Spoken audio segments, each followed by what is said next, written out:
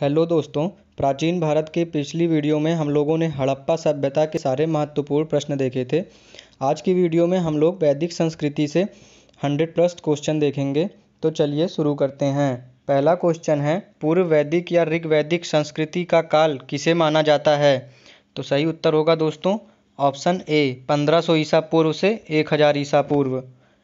अगला प्रश्न है, उत्तर वैदिक संस्कृति का काल किसे माना जाता है? सही उत्तर होगा ऑप्शन बी 1000 ईसा पूर्व से 600 ईसा पूर्व। अगला प्रश्न है, आर्य शब्द का शाब्दिक अर्थ है? तो दोस्तों सही उत्तर होगा इसका ऑप्शन बी श्रेष्ठ या कुलीन। अगला प्रश्न है, प्रारंभिक आर्यों के बारे में निम्न कथनों में से कौन सा कथन सही नहीं है?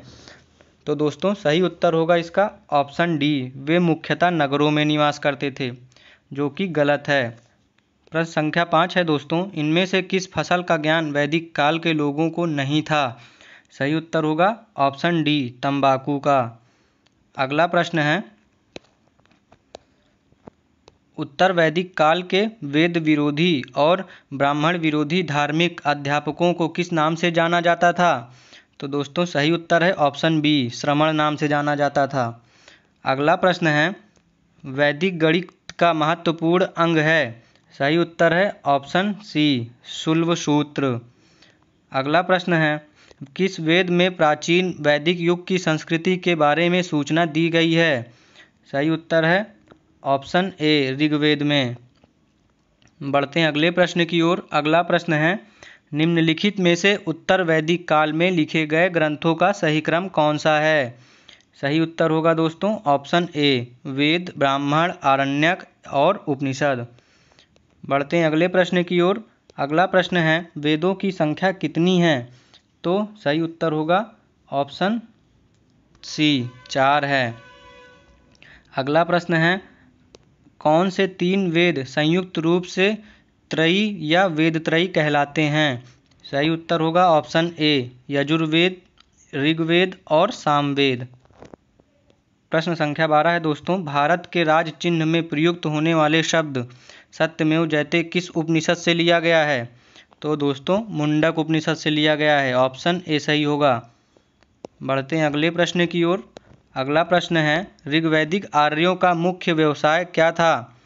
तो सही उत्तर है ऑप्शन बी पशुपालन था।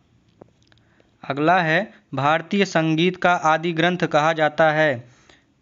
तो किसे कहा जाता है? सामवेद को कहा जाता है, ऑप्शन डी सही है। अगला प्रश्न है, प्रथम विधि निर्माता कौन है? सही उत्तर है ऑप्शन ए मनु है। अगला प्रश्न है, कृष्ण भक्ति का प्रथम और प्रधान ग्रंथ है? तो सही उत्तर होगा दोस्तों ऑप्शन बी श्रीमद् भगवत गीता। अगला प्रश्न है, ऋग्वेद में संपत्ति का प्रमुख रूप क्या है? तो गोधन है, ऑप्शन ए सही होगा। अगला प्रश्न है, ऋग्वेद के किस मंडल में शूद्र का उल्लेख पहली बार मिलता है? तो 10वें मंडल में मिलता है, ऑप्शन डी सही होगा। अगला प्रश्न है, पुराणों की संख्या कितनी है? तो 18 है, ऑप्शन ए सही है। अगला प्रश्न है, वैदिक धर्म का मुख्य लक्षण इनमें से किसकी उपासना था? तो प्रकृति की थी, ऑप्शन ए सही होगा। अगला प्रश्न है, किस देवता के लिए ऋग्वेद में पुरंदर शब्द का प्रयोग हुआ है? तो इंद्र के लिए हुआ है, ऑप्शन ए सही है। अगला प्रश्न है, शुल्ब सूत्र किस विषय से संबंधित पुस्तक है? तो ज्यामिति से संबंधित पुस्तक है, ऑप्शन ए सही है। अगला प्रश्न है, या अस्तो म सद्गमय तमसो म ज्योतिर्गमय मृत्योर्मा अमृतन गमय कहाँ से लिया गया है? तो उपनिषद से लिया गया है, ऑप्शन ए सही है। अगला प्रश्न है, आर्य भारत में बाहर से आए और सर्वप्रथम बसे थे? तो कहाँ बसे थे? पंजाब में बसे थे, ऑप्शन सी सही होगा। अगला प्रश्न है, वेदों को अपौरुषीय क्यों कहा गया है? क्योंकि वेदों की रचना देवताओं द्वारा की गई है, ऑप्शन ए सही होगा। अगला प्रश्न है, वैशेषिक दर्शन के प्रतिपादक हैं? तो उलूक कणद जो हैं वो वैशेषिक दर्शन के प्रतिपादक हैं, ऑप्शन सी सही होगा। अगला प्रश्न है दोस्तों, मीमांसा या पूर्व मीमांसा दर्शन के प्रतिपादक हैं? तो ऑप्शन ए सही होगा इसका, जैमिनी हैं। बढ़ते हैं अगले प्रश्न की ओर। अगला प्रश्न है, वेदांत या उत्तर मीमांसा दर्शन के प्रतिपादक हैं? तो बादरायण जो हैं वो वेदांत और उत्तर मीमांसा दर्शन के प्रतिपादक हैं। अगला प्रश्न है, ऋग्वेद का कौन सा मंडल पूर्णतः सोम को समर्पित है? तो सही उत्तर होगा 9वां मंडल, ऑप्शन सी सही होगा। अगला प्रश्न है, प्रसिद्ध 10 राजाओं का युद्ध दासराज युद्ध किस नदी के तट पर हुआ था? तो सही उत्तर होगा दोस्तों इसका ऑप्शन डी, परुशड़ी नदी के तट पर हुआ था। अगला प्रश्न है, धर्मशास्त्रों में भू राजस्व की दर क्या है? तो 1/6 है, ऑप्शन सी सही होगा। अगला प्रश्न है, 800 ईसा पूर्व से 600 ईसा पूर्व का काल किस युग से जोड़ा गया है? ब्राह्मण युग से जोड़ा गया है, ऑप्शन ए सही होगा। अगला प्रश्न है, किस काल में अछूत की अवधारणा स्पष्ट रूप से उदित हुई? तो धर्मशास्त्र के काल में उदित हुई थी अछूत की अवधारणा, ऑप्शन डी सही होगा इसका। बढ़ते हैं अगले प्रश्न की ओर दोस्तों। अगला प्रश्न है, एशिया माइनर स्थित बोगाज कोई का महत्व इसलिए है कि? सही उत्तर होगा ऑप्शन ए, वहाँ जो अभिलेख प्राप्त हुए हैं उनमें 4 वैदिक देवताओं इंद्र, वरुण, मित्र, नासत्य का उल्लेख मिलता है। बढ़ते हैं अगले प्रश्न की ओर। अगला प्रश्न है, गायत्री मंत्र देवी सवितु को संबोधित किस पुस्तक में मिलता है? तो ऋग्वेद में मिलता है, ऑप्शन ए सही होगा इसका। अगले प्रश्न की ओर बढ़ते हैं दोस्तों। अगला प्रश्न है, न्याय दर्शन को प्रचारित किया था? गौतम ने किया था, ऑप्शन बी सही होगा। अगले प्रश्न की ओर बढ़ते हैं दोस्तों। अगला प्रश्न है, प्राचीन भारत में निष्क से जाने जाते थे? तो स्वर्ण आभूषण जाने जाते थे, ऑप्शन ए सही होगा। योग दर्शन के प्रतिपादक हैं? तो योग दर्शन के प्रतिपादक कौन है? पतंजलि, ऑप्शन ए सही होगा। अगला प्रश्न है, उपनिषद पुस्तकें हैं दर्शन पर हैं, ऑप्शन डी सही होगा। अगला प्रश्न है, आरंभिक वैदिक साहित्य में सर्वाधिक वर्णित नदी है? तो सही उत्तर होगा सिंधु नदी है, ऑप्शन ए होगा। बढ़ते हैं अगले प्रश्न की ओर। अगला प्रश्न है, उपनिषद काल के राजा अश्वपति शासक थे? केकय के शासक थे, ऑप्शन बी सही होगा। अगला प्रश्न है, अध्यात्म ज्ञान के विषय में नचिकेता और यम का संवाद किस उपनिषद में प्राप्त होता है? सही उत्तर है ऑप्शन सी, कठोपनिषद में। बढ़ते हैं अगले प्रश्न की ओर। अगला प्रश्न है, वैदिक नदी कुब्बा काबुल का स्थान कहाँ निर्धारित होना चाहिए? अफगानिस्तान में, ऑप्शन ए सही होगा। कपिल मुनि द्वारा प्रतिपादित दार्शनिक प्रणाली है? सही उत्तर है ऑप्शन बी, सांख्य दर्शन। बढ़ते हैं अगले प्रश्न की ओर। अगला प्रश्न है, भारत के किस स्थल की खुदाई से लौह धातु के प्रचलन के प्राचीनतम प्रमाण मिलते हैं? तो सही उत्तर होगा दोस्तों ऑप्शन बी, अतरंजी खेड़ा में मिलते हैं। बढ़ते हैं अगले प्रश्न की ओर। अगला प्रश्न है, निम्नलिखित में किसका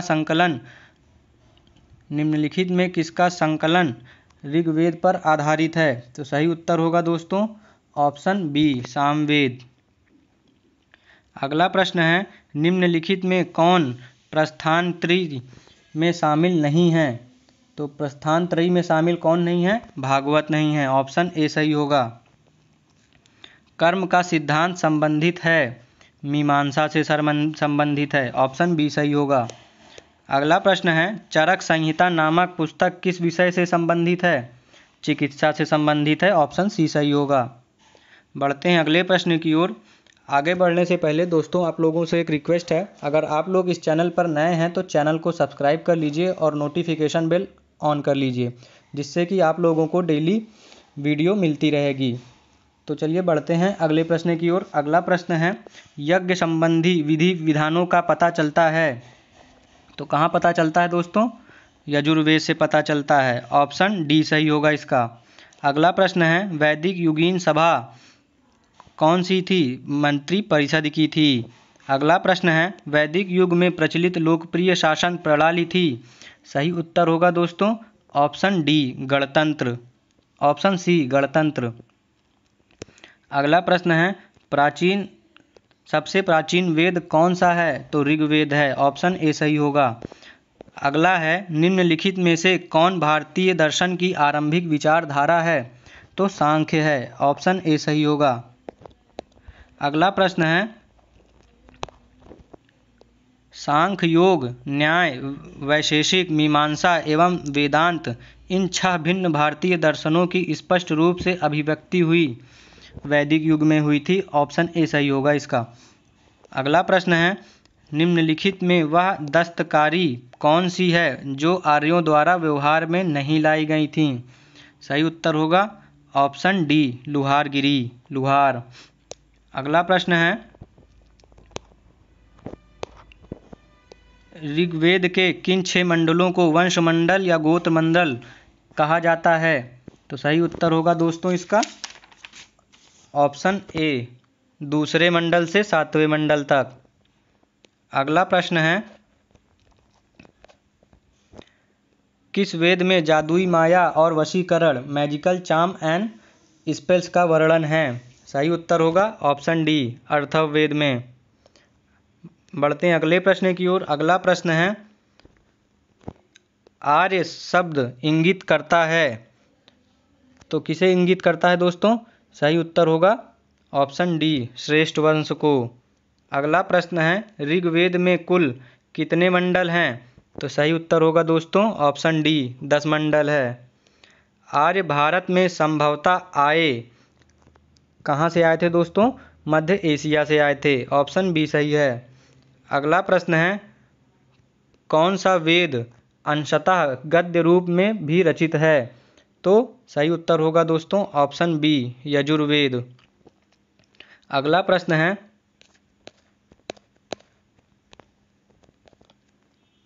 सभा और समिति प्रजापति की 2 पुत्रियां थीं का उल्लेख किस वेद में मिलता है? सही उत्तर होगा ऑप्शन डी अथर्ववेद में मिलता है। अगला प्रश्न है, ऋग्वैदिक युग की प्राचीनतम संस्था कौन सी थी? तो सही उत्तर होगा दोस्तों ऑप्शन डी विदत थी। अगला प्रश्न है, ब्राह्मण ग्रंथों में सर्वाधिक प्राचीन कौन सा है? तो सही उत्तर होगा दोस्तों ऑप्शन बी शतपथ ब्राह्मण। अगला प्रश्न है, गोत्र व्यवस्था प्रचलन में कब से आई?